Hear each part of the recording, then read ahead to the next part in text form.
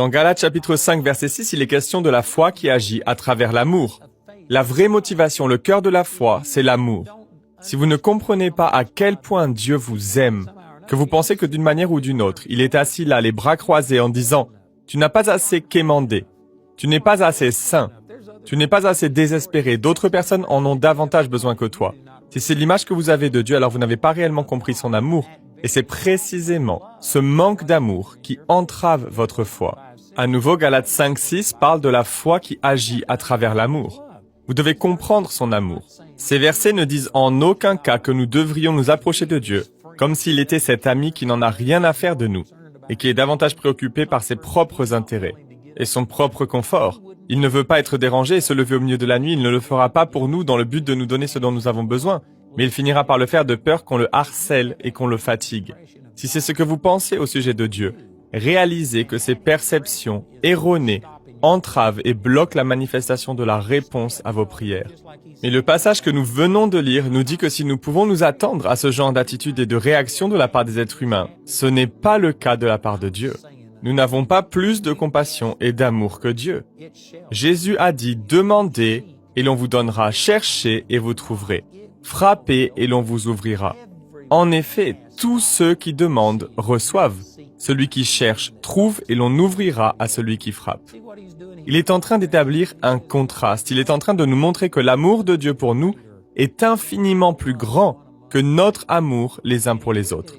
Si nous nous attendons à être mieux traités que cela par les personnes de notre entourage, à combien plus forte raison devrions-nous nous attendre à quelque chose de meilleur de la part de Dieu?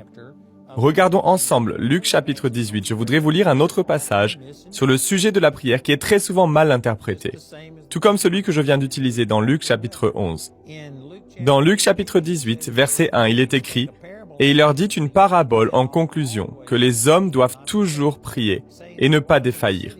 Disant, il y avait dans une ville un juge qui ne craignait pas Dieu, qui n'avait non plus d'égard pour personne, et il y avait dans cette ville une veuve, et elle vint vers lui disant, venge-moi de mon adversaire. Et il ne le voulut pas pendant un certain temps. Mais plus tard, il dit en lui-même, bien que je ne craigne pas Dieu et n'ai d'égard pour personne, cependant parce que cette veuve me dérange, je la vengerai de peur que par ses visites continuelles, elle ne me lasse. Et le Seigneur dit, entendez ce que le juge injuste dit. Et Dieu ne vengera-t-il pas ses propres élus qui crient vers lui jour et nuit, bien qu'il les supporte longuement? Je vous dis qu'il les vengera rapidement. Néanmoins, lorsque le Fils de l'homme viendra, trouvera-t-il la foi sur la terre? Ce passage a été utilisé pour enseigner que Dieu est comme ce juge injuste. Il n'est pas enclin à nous donner ce que nous lui demandons, mais il est susceptible de céder à notre demande à cause de notre insistance. Nous devons le harceler jusqu'à ce qu'il finisse par nous donner ce que nous lui demandons. Non parce qu'il se soucie de nous ou de nos besoins, ni parce qu'il désire être bon ou respecter une quelconque justice, mais simplement à cause de notre insistance. Comme si nous pouvions l'avoir à l'usure. Ce n'est pas juste et c'est une chose terrible que d'attribuer ce genre de comportement à Dieu. Et pourtant, la religion enseigne que c'est le caractère de Dieu, qu'il n'est pas enclin à répondre à vos prières, mais il est possible de l'avoir à l'usure, de l'épuiser à force d'insister. Vous devez vous accrocher, insister, ne rien lâcher jusqu'à forcer Dieu à faire ce que vous lui demandez à faire. Ce n'est absolument pas ce que ces passages nous enseignent. Il n'est pas en train de faire une comparaison entre ce juge et Dieu, il établit un contraste. Il est en train de dire que nous sommes en droit de nous attendre à un meilleur traitement de la part d'un juge, même un juge injuste. Même une personne qui n'aime pas Dieu vous traiterait mieux que cela. Si nous nous attendons à mieux de la part d'un juge, alors pourquoi douter du fait que Dieu désire répondre à nos prières? Lisons à nouveau le chapitre 7 où il est écrit « Et Dieu ne vengera-t-il pas ses propres élus qui crient vers lui jour et nuit, bien qu'il les supporte longuement ?» Les gens diront que cela fait référence à Dieu et qu'il nous supporte longuement. Il ne sera pas pressé de nous répondre. Il tardera certainement, mais à force d'insistance, vous finirez par l'avoir à l'usure. Non, il est écrit ici « Et Dieu ne vengera-t-il pas ses propres élus qui crient vers lui jour et nuit, bien qu'il, ici, il fait référence au juge injuste, les supporte longuement. » Il n'est pas en train de comparer Dieu à ce juge injuste, mais il établit un contraste entre les deux.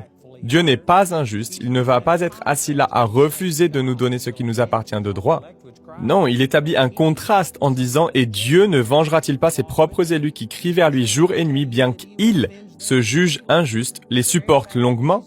Ensuite, nous lisons au verset 8 « Je vous dis qu'il les vengera rapidement. » Le simple fait que Jésus ait dit qu'il nous vengera rapidement élimine complètement l'interprétation selon laquelle ces passages nous enseignent que nous devons insister auprès de Dieu, l'épuiser et finalement obtenir notre réponse par défaut. Non, cette parabole nous enseigne tout le contraire. Vraiment, Dieu est bon. Il désire vous bénir plus que vous ne désirez être béni. Les gens viennent me voir et ils me disent « Priez s'il vous plaît afin que Dieu fasse de moi la personne que je suis censé être. » Je leur réponds « Je ne peux pas faire ce genre de prière car Dieu désire que vous soyez la personne que vous êtes censé être plus que vous ne le désirez vous-même. Il n'y a aucune raison de vous approcher de Dieu en le suppliant d'agir dans votre vie et de faire quelque chose. Il a déjà pourvu à tout ce dont vous aurez jamais besoin. Il désire vous voir réussir plus que vous ne le désirez vous-même. Alors pourquoi prier, me demande-t-on? C'est une très bonne question et je vais bientôt être en mesure d'y répondre, mais je suis à court de temps aujourd'hui.